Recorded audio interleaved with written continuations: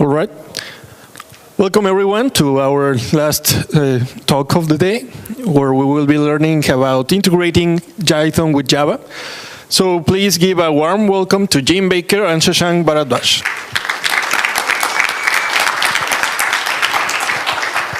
So before I start, how many of you have been using Jython before getting into this? Okay, so a fair number of people. How many of you have used Java in the past?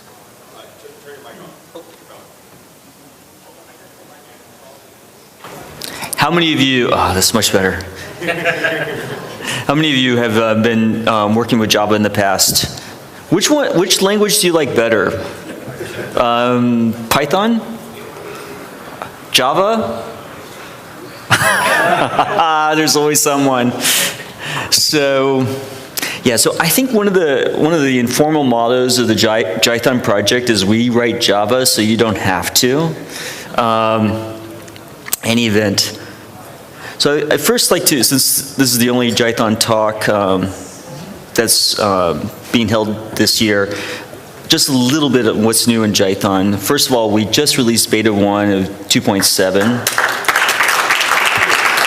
Thanks. So it's only been delayed a bit, but any event, yeah, so hopefully we'll be getting that out later this year, depending of course on the bugs that are submitted, the standard process of moving to a final release. I can't wait till that gets out. I can't wait till we can finally start working on Jython 3x for that matter. We'll be talking a little bit about what that could imply in just a little bit. We'll be sprinting on Jython 2.7 for that final release during the sprints, so please join us if you're interested.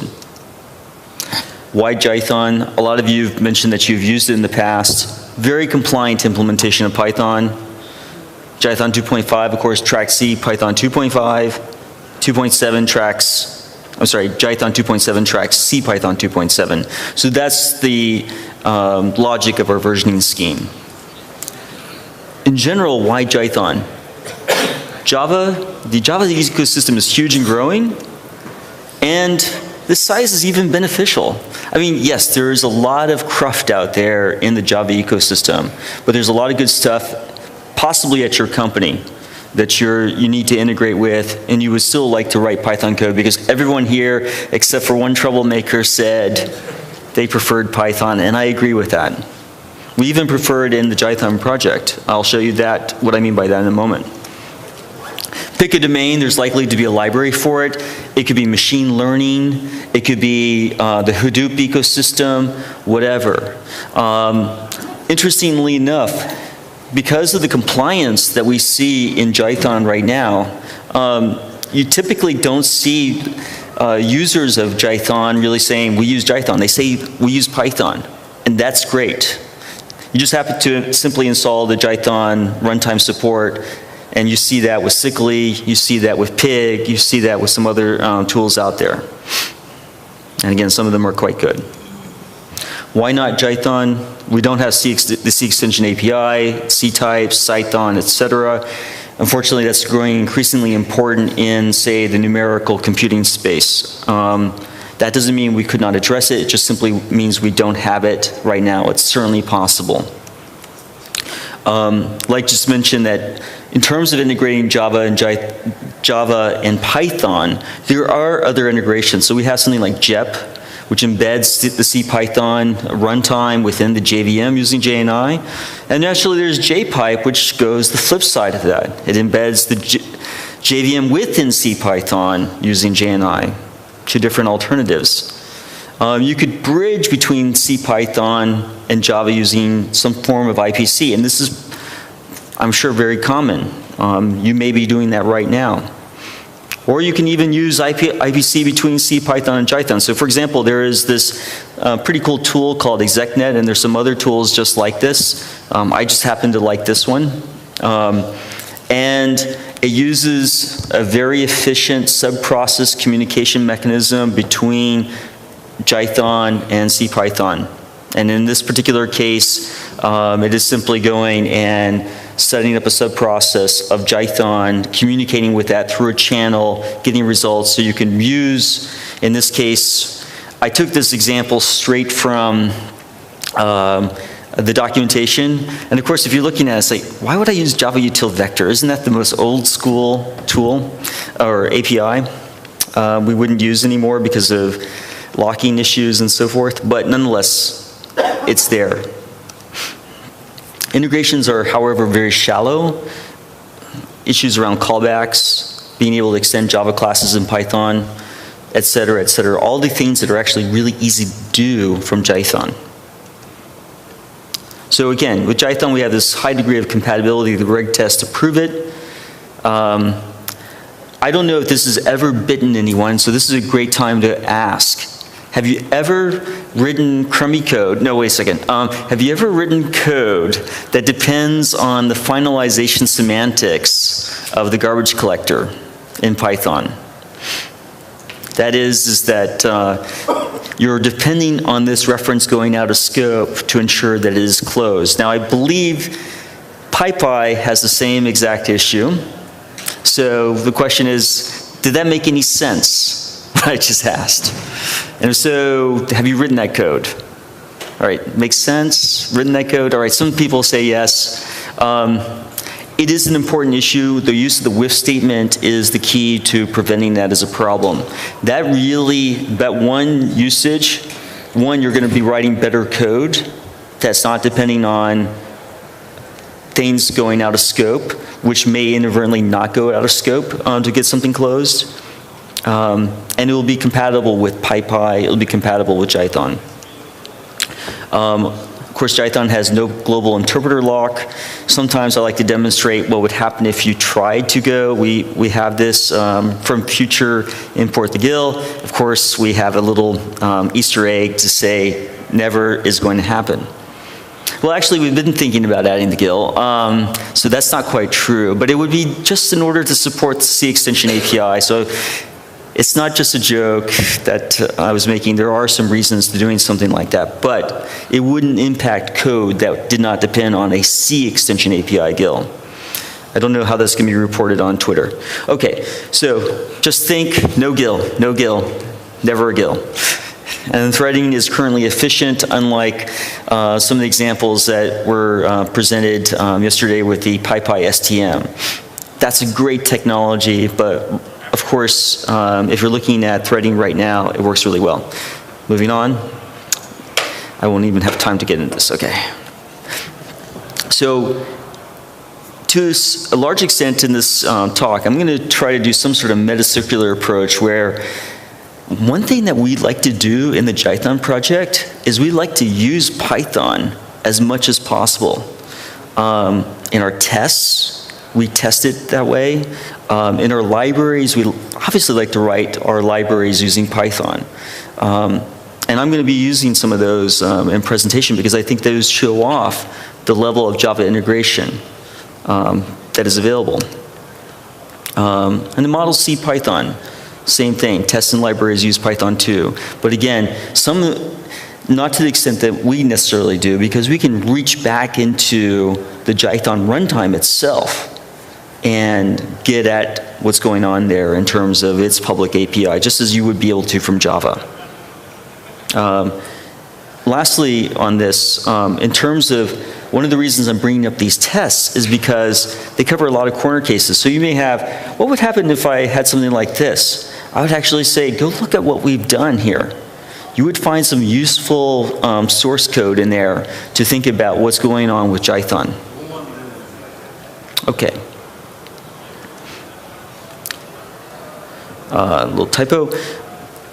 And the only thing that this ever comes into a problem is that because these are not true unit tests, they are relying on the existence of a suitable amount of the runtime and the language being available. It does present some problems for us in terms of refactoring, but I don't think it really matters for you guys. OK. So in terms of the use of Java from Jython, Python code can directly import Java classes as if they were Python classes. And I think this is how they know Jython. So it should not be too different from what you've seen in the past. You can construct Java objects from Java classes as if they were Python classes or Python types. You can work with Java objects. You can programs call Java methods or have Java called back into Python, again, as if it were just Python.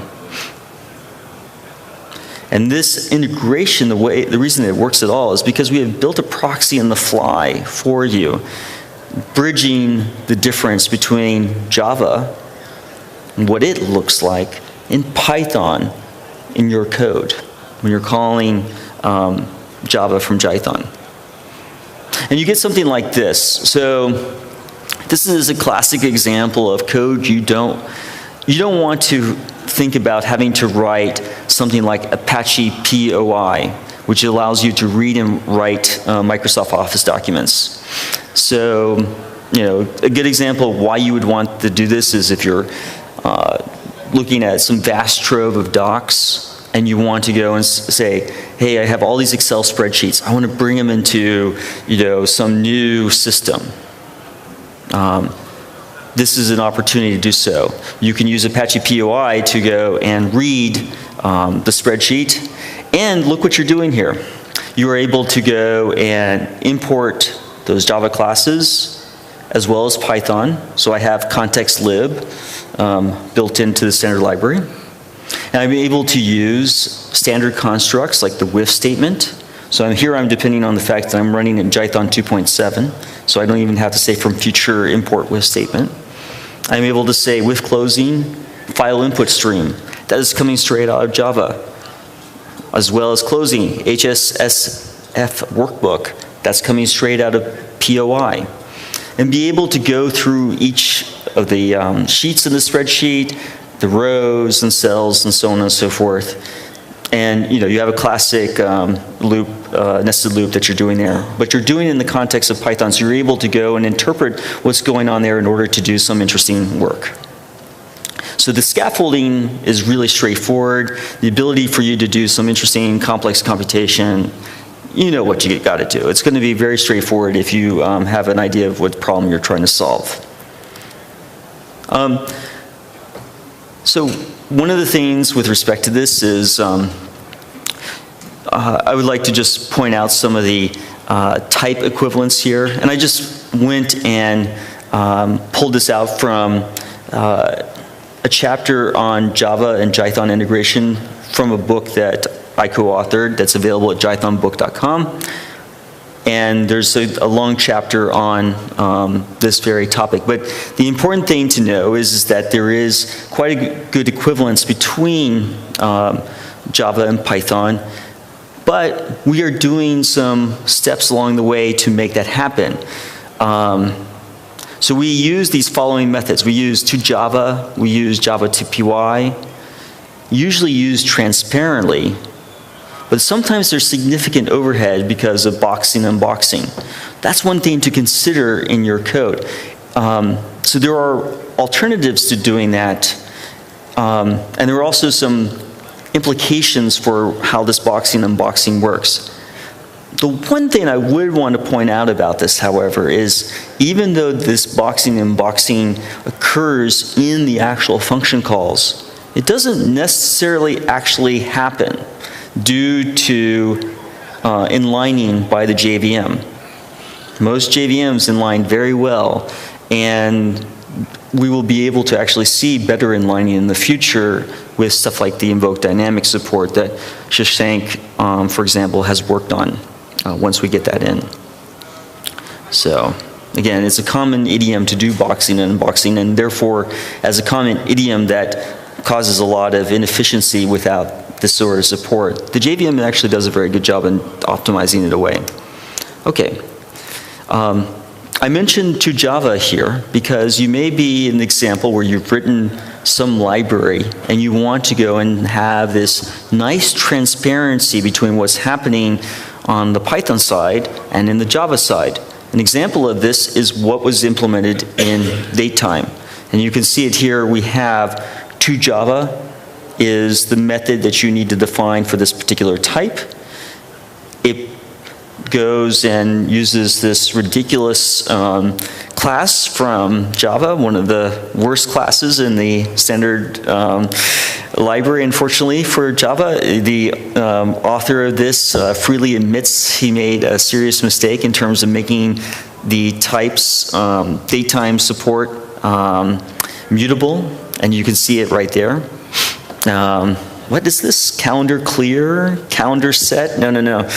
It should have been in the constructor all along. Yeah, Josh Block would definitely talk about that as being a problem there. Okay. But I'm not going to pick on him.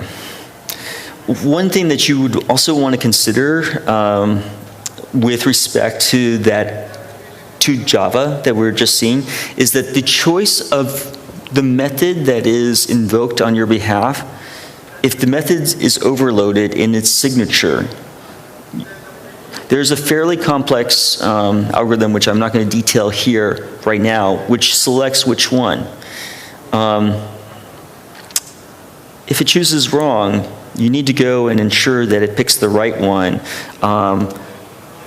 As it says, sometimes the runtime picks wrong. Force it by using constructors like these in order to ensure that you get the right selection, or some other constructor on those arguments of that particular method.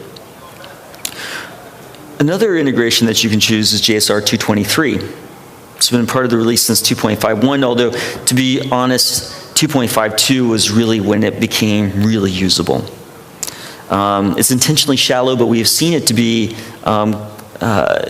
very popular with integrations like tools like Mule ESB comes to mind. And that's because it can be quite effective at driving Jython at the top level. So I just made the transition from talking about calling Java from Jython to now calling Python code from Java. Should have had a transition slide, but that's what's going on here. This is sort of like what we'd expect in a good script, this sort of top level, you are just calling this thing, it's encapsulated, there's not necessarily a lot of interaction going on. And so this would be an example of how you could use this code. And this is actually just coming from the script engine test that's part of our JSR 223 testing. You can even test JSR 223 support from Jython itself. And I thought this was super clever when I wrote this. It's like, this is the right way to do it.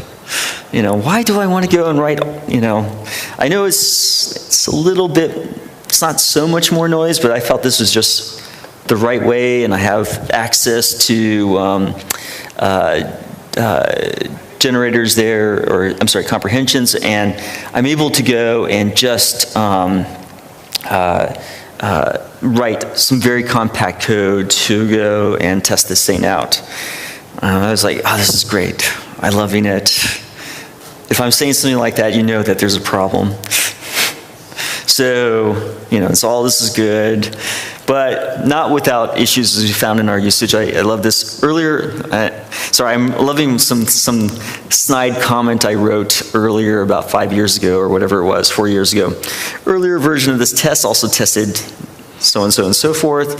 Unfortunately, it introduced an action at a distance where aspects of the sys-state change, which then impacted this other test. For now, there may be limits in how much we can test Jython from itself, no matter how attractive from an Ouroboros perspective, that is the snake swallowing the snake.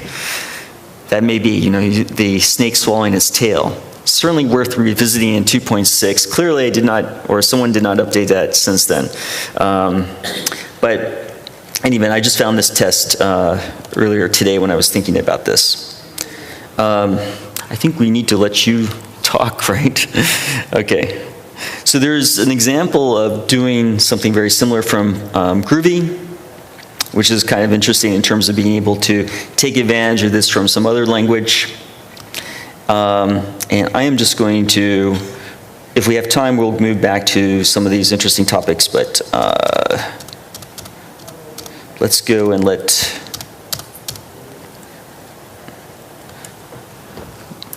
Shashank speak about gradual typing. Okay. So yeah, for the next couple of minutes, So I want to take you to the land of programming languages, where just for the next couple of slides, forget about Jython and Python, okay? But let's think about, we're looking at Jython and Python and how to integrate these two. And there's a good aside on how to do this in programming languages. Gradual typing was a new type system introduced by Jeremy Seek and Walid Taha researchers and extended by various others. And what this does is it's a new type system which provides seamless integration between statically typed languages, statically typed part of the code of a language, and dynamically typed part of the code. What they originally introduced was they introduced the dynamic type in a static language. So there was a statically typed language, they introduced this dynamic type. And the good part about this is it also provides this guarantee that if the statically typed part of your language is type checks correctly, then you will not have type errors at runtime. So we thought we could use this nice property of gradual typing and get it into Python. So with that, we wrote a small Python module for Python, which can run on Python 3x. This makes use of the different type annotations that was introduced in 3x, so the function annotations and class decorators and function decorators. And what it basically provides is sort of type checking, and I have an example over here. So it provides type checking for your code, and you can now have statically typed parts of Python code which are statically typed, and this can be checked at runtime so that you don't have to do this checking for yourself. So here's an example. So all you have to do is... And I should point out, this is just vanilla Python 3x. No modification to the underlying runtime at all. Right.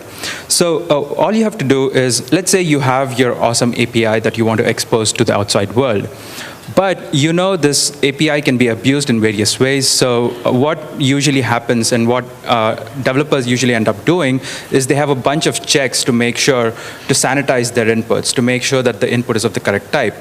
But it would be easier if the API just specified a particular structural type, which can be easily done in Python using metaclasses and stuff.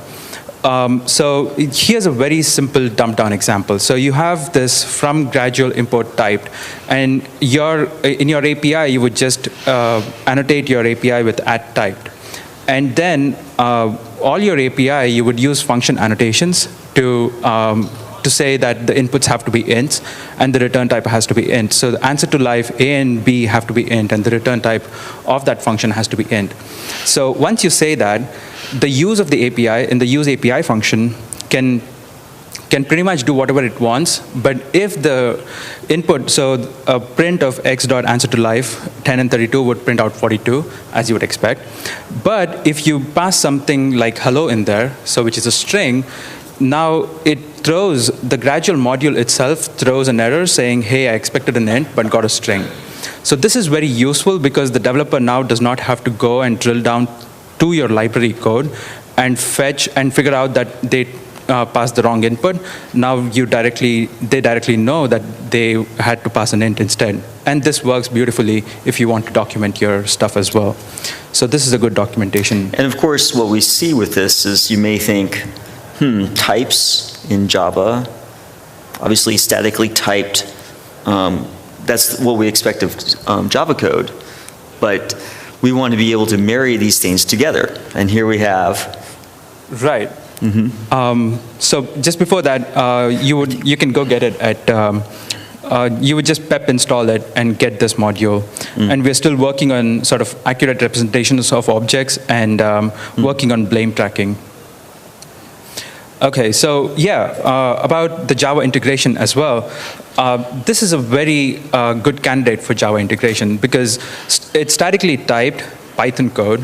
So now we have access to statically typed Python code. We can remove all the wrappers and object factories that were required to export Python code into Java and generate sort of plain old Java code, and that can be directly imported in your Java modules.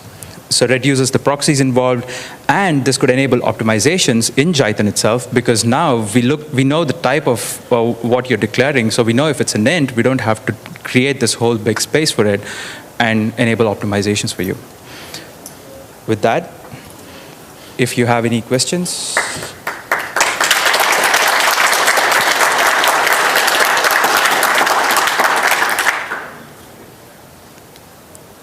So, hi. I have actually one comment and one question.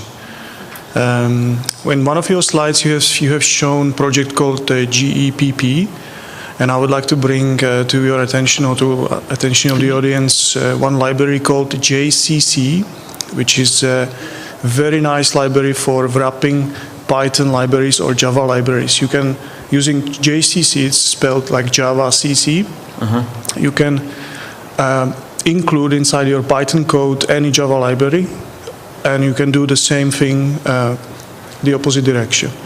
It's used by PyLucene project, which is a port of a Lucene search engine library. And if you would like to see an example of how we do it from Lucene to include Python code, you can search in Google for something called Monty Solar. And so my question is, these C extensions API, it's in making for long time, maybe 2 years, and everybody says it's going to happen, it's going to happen. So when is it going to happen in the end? Well, I think the thing is that we've been discussing the possibility of a C extension API for some time. Prior to that, we were discussing the possibility of a C-type support, and there was some very preliminary implementation of that was actually brought in. Perhaps it should not actually be in the actual code base, but regardless, it's in there right now as an experimental feature. I can tell you that that C-type stuff does not seem to be, I don't see that going anywhere, because we just found that that was too difficult. The observation that we had looking at what was done with Iron Python was that the implementation of a C extension API was actually not that difficult, and we could imagine sketching that out against the JNI. It is simply just work that needs to be done, but we haven't had those resources or anyone who's actually spent that time on it. But then this would then bring me to the idea, maybe you should look inside JCC, because there that implementer is called NDivider. He already did that. So maybe you should consider looking into that library. I'll definitely, if there is support in JCC for the C extension API, that would definitely be, we love code wherever it comes from. One of the reasons that Jython has seen as much progress as it has is that we share code with projects like Groovy, like JRuby, on essential infrastructure. And so JLine comes to mind as something that we threw out our original read line, cruft, and brought in JLine, which has been standardized across many projects. We also went and did the same thing in terms of POSIX support with JRuby. The JSR 223 support is something that we share with Groovy. So definitely, I appreciate any code suggestions along those lines. So that sounds great. Thanks. Okay, thanks. JVM within CPython using JNI, two different alternatives. You could bridge between CPython and Java using some form of IPC, and this is, I'm sure, very common. You may be doing that right now. Or you can even use IPC between CPython and Jython. So for example, there is this pretty cool tool called ExecNet, and there's some other tools just like this. I just happen to like this one. And it uses a very efficient sub-process communication mechanism between Jython and CPython. And in this particular case, it is simply going and setting up a sub-process of Jython, communicating with that through a channel, getting results. So you can use, in this case, I took this example straight from the documentation. And of course, if you're looking at it, it's like, why would I use Java util vector? Isn't that the most old school tool? All right. Welcome everyone to our last talk of the day, where we will be learning about integrating Jython with Java. So please give a warm welcome to Jim Baker and Shashank Bharadwaj.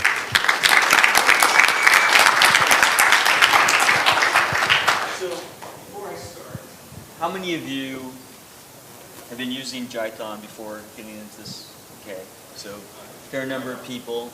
How many of you have used Java in the past?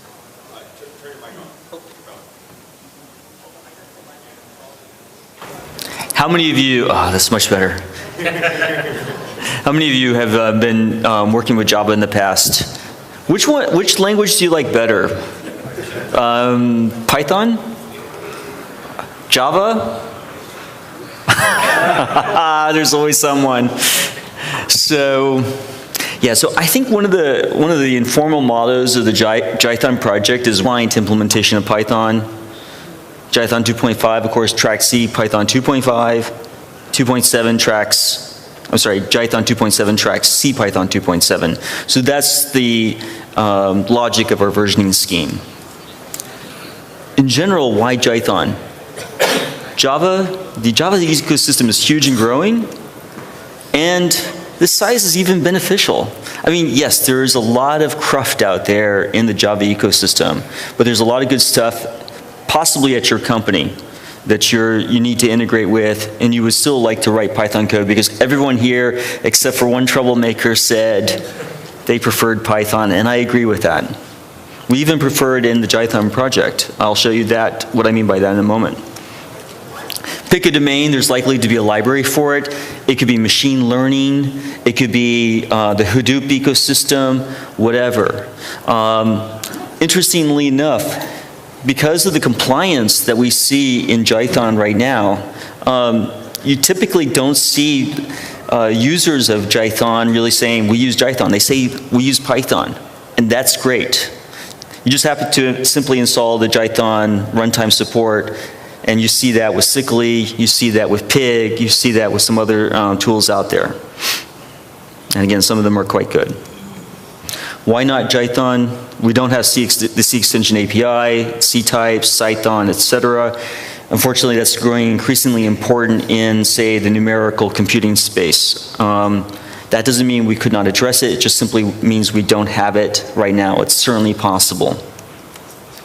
Like just mentioned, that in terms of integrating Java and Python, there are other integrations. So we have something like JEP, which embeds the CPython runtime within the JVM using JNI.